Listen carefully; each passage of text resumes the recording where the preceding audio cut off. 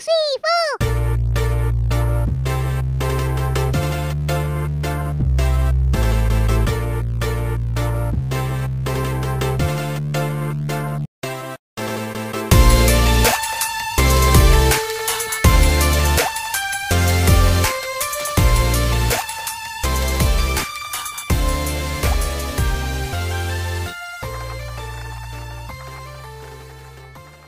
Quero cumprimentar a todos com a paz do Senhor Jesus. É motivo de muita alegria para mim por poder contribuir para o reino, através desse vídeo, a palavra de fé, e dizer a todos que estão ouvindo que compartilhe, que divulgue esse vídeo para várias pessoas, para que outras pessoas possam ser impactadas por Deus, e ser alcançadas através de tantos testemunhos que têm acontecido e falado neste canal. Então compartilhe, curte, e que o nome do Senhor vai ser glorificado. Amém? Eu quero deixar uma palavra de Deus ao seu coração, que se encontra em Gênesis, no capítulo 25, versículo 29, que diz, versículo 28 para melhor compreensão. E amava Isaque a Esaú, porque a caça era de seu gosto, mas Rebeca amava Jacó. E Jacó cozera um guisado, e veio Esaú do campo, e estava ele cansado.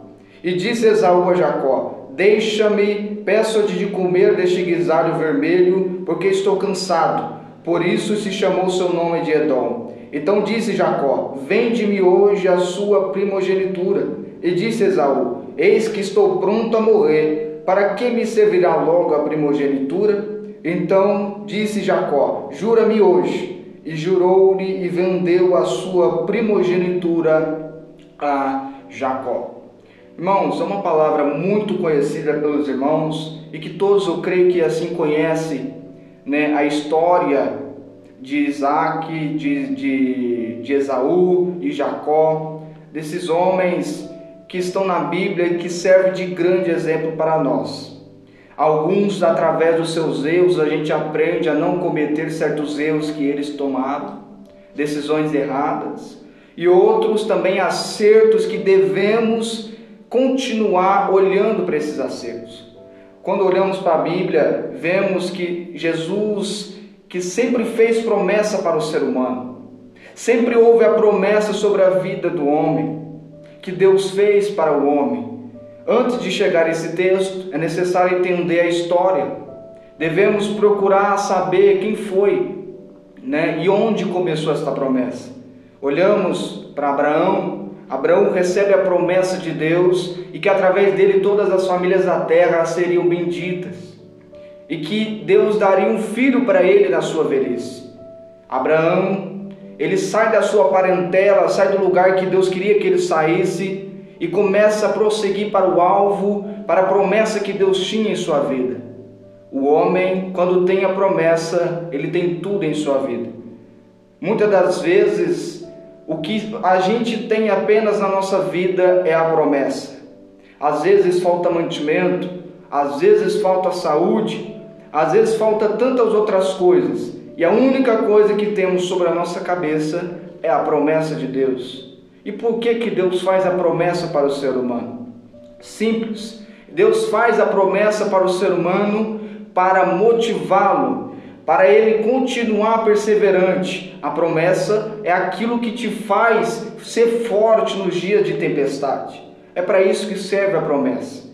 Para nós sermos participantes um pouco daquilo que Deus faz sobre a terra. Não somos nada, somos dependentes dele. E continuando o texto, a Bíblia vai dizer que Esaú, depois mais tarde, quando Abraão teve filho Isaque, depois com a sua esposa Rebeca era estéril, e ela concede luz de gêmeos, que era Esaú e Jacó. A Bíblia vai dizer que nasce Esaú primeiro e Jacó nasce logo em seguida. E através disso aprendemos que Esaú foi o primogênito. Esaú foi o primeiro a nascer. Com isso entendemos que ele tem um grande benefício dentro da família. A Bíblia vai dizer que ele era perito em caça, ou seja, ele era especialista naquilo que ele fazia. Ele entendia da caça. E a Bíblia vai dizer que Isaac gostava, amava mais Esaú do que Jacó. E Rebeca amava mais Jacó do que Esaú. E quando olhamos isso, eu logo me lembro da passagem de Jesus com Pedro. Quando Pedro está frustrado, quando Pedro não pesca nada, Pedro entendia de pesca. Pedro sabia o que ele estava fazendo. E ele não pescou nada aquele dia. E a Bíblia vai dizer que Jesus aparece e fala para Pedro: Pedrão, logo joga a rede do outro lado, do lado direito, que vai sair peixe. E Pedro, ele fala: mas como que eu vou jogar a rede, sendo que eu lancei a noite inteira e não peguei nenhum peixe? Aí está o segredo, porque uma coisa é você fazer segundo a sua ordem, mas outra coisa é você fazer debaixo da ordem de Jesus. Debaixo da tua ordem pode se frustrar, debaixo da tua ordem pode não acontecer, debaixo da tua ordem pode ter frustrações, tudo dá errado na sua vida, mas debaixo da ordem de Jesus tem vitória, debaixo da ordem de Jesus tem milagre, debaixo da ordem de Jesus tem providência. Olha o que Deus está falando com você nesse dia. Seja na ordem de Jesus, obedeça a ordem de Jesus, porque na ordem de Jesus a sua vida será próspera como nunca visto antes. E aprendemos com isso que Esaú, então, ele era perito em caça. Ele entendia daquilo que ele fazia, que era caça, mas nesse dia ele se frustrou. Não conseguiu fazer aquela caça que ele já estava acostumado a fazer. E a Bíblia vai dizer que ele estava cansado. E ele chega e vê o seu irmão Jacó, que estava preparando o guisado, e pelo jeito delicioso. E então ele pede esse guisado para Jacó. E Jacó, ele aproveita da situação e fala: olha, se você vender a sua primogenitura, eu te dou o guisado. E logo em seguida a gente vê que Esaú despreza a sua primogenitura. Irmãos, estamos falando do Antigo Testamento. A primogenitura tinha um grande valor sobre a vida de um homem. Ele era o próximo líder da família. Se acaso o pai morresse, o primogênito passaria a ser o líder daquela família. Tanto materialmente falando, ele iria comandar tudo, tanto também espiritualmente falando.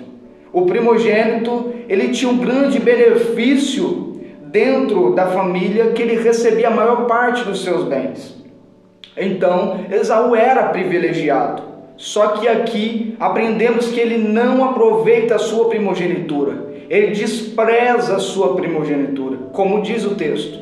Então a Bíblia vai dizer que Esaú despreza a primogenitura e ele logo vende a sua primogenitura.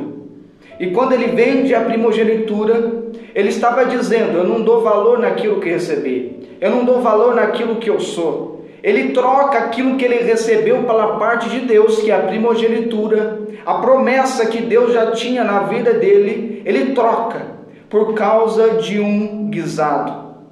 O que eu quero trazer neste momento para você é: não troque a promessa de Deus por um momento.